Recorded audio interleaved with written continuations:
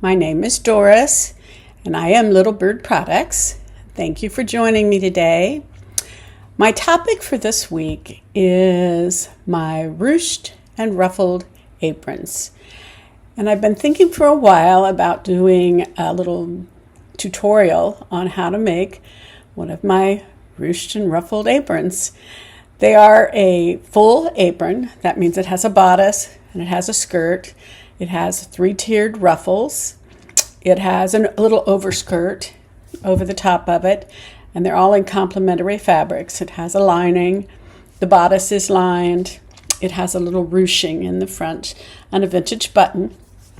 And I've been thinking for a while about putting together apron making kits so that instead of buying an already made apron, you can have a project. Maybe you and your daughter, or you and your son, you want to make a really cute little apron.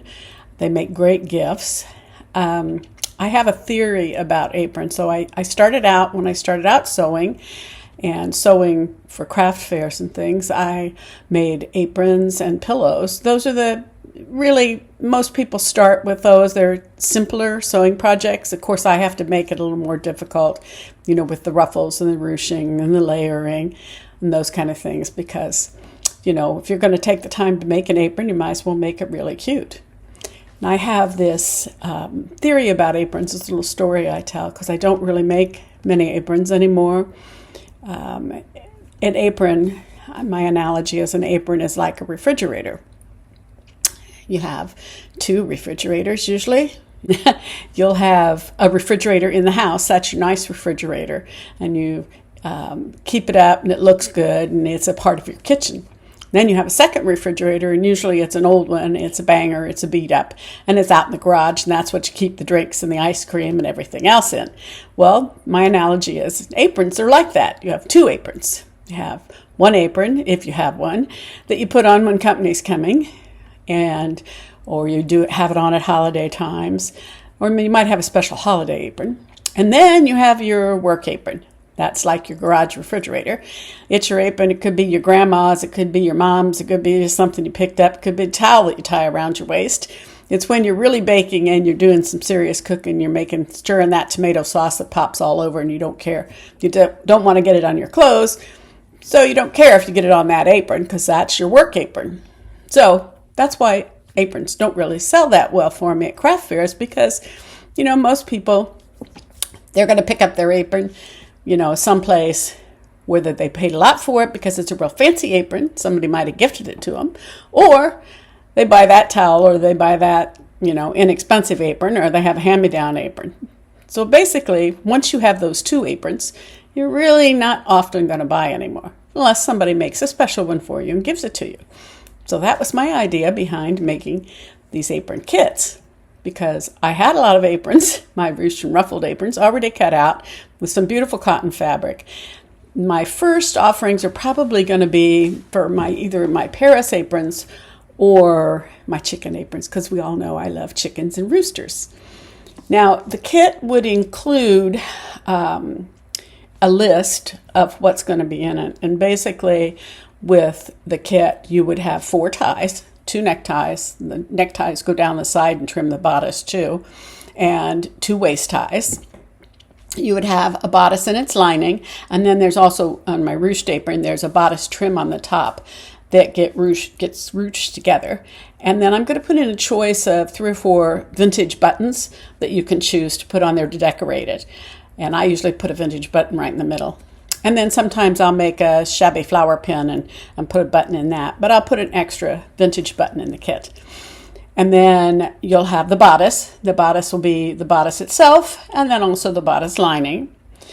And what I'm probably going to do when I make the video tutorials is I'm going to make it in pieces. I'll make the bodice first, because typically you either make the skirt or you make the bodice, by itself, because they're a complete thing. I mean, you can make just the skirt and not have it be a full apron with the bodice if you'd like.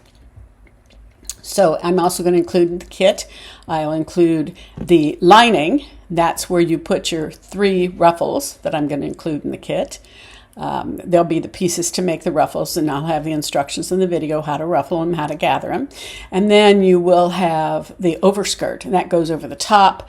and it comes down over a few of the ruffles, and it looks really cute because you kind of ruche that up a little bit at the side. So it makes it a really cute skirted apron. I'm also going to optionally include, I think, a long piece of vintage cotton. It's kind of an embroidered ruffle that you can have at the bottom, a little longer ruffle, because I think, people might like to really frou-frou up their apron and have that extra ruffle at the bottom. So you can do that. And I'm thinking about just going ahead and not making that optional, but including it in the kit so you can add it if you want.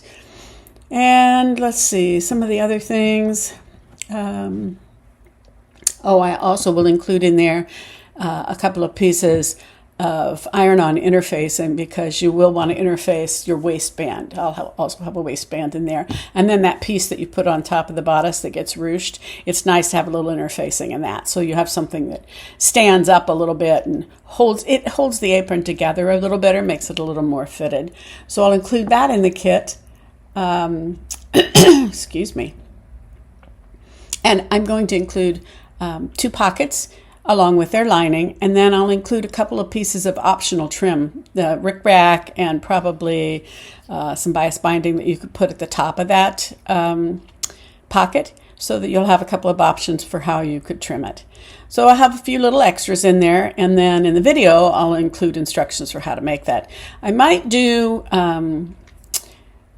the video in phases, not just the bodice. I'll do the bodice, I'll do the skirt with the lining and the pockets and the ties. I'll figure out how to break it up so you could have different sessions. So I think these kits might make a really nice gift, for someone's mother, daughter, the grandma to buy for the granddaughter, that they could do it together as a project, or even for yourself if you're a first-time maker and you've got a little bit of sewing skills.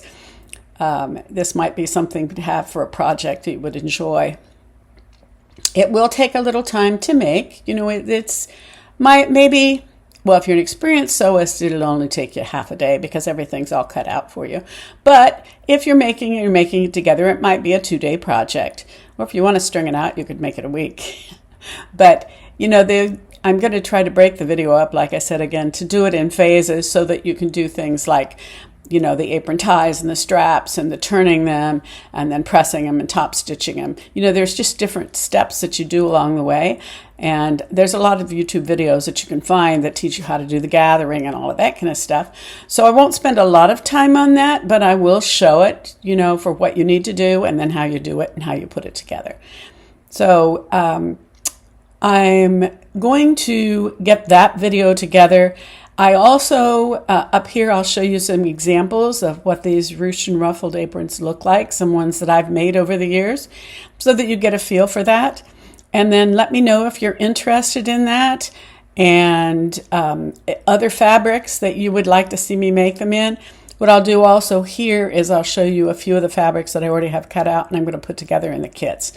I won't have the kits in my store yet, ready to sell, because it takes me a little while to make sure I have all of the things packed together and bundled. But I wanted to put this video out so I can gather interest. How many of you are interested in, purchasing a kit? How important is the price point to you? I sell my aprons for anywhere from $49 to $79, depending on the material that's in them. And I'm not quite sure yet what price point I should put these kits at. And like I said, for me to continue to sell them and put different fabrics together, I have to be able to gauge the interest that people have and then, what price point they're willing to pay for that. But I have a lot of beautiful cotton fabric, and I think this is a way to share what I have and let people be able to have some nice Christmas gifts maybe that they're ready to make. So thank you for watching, and watch for my video on how to make the kits coming up soon.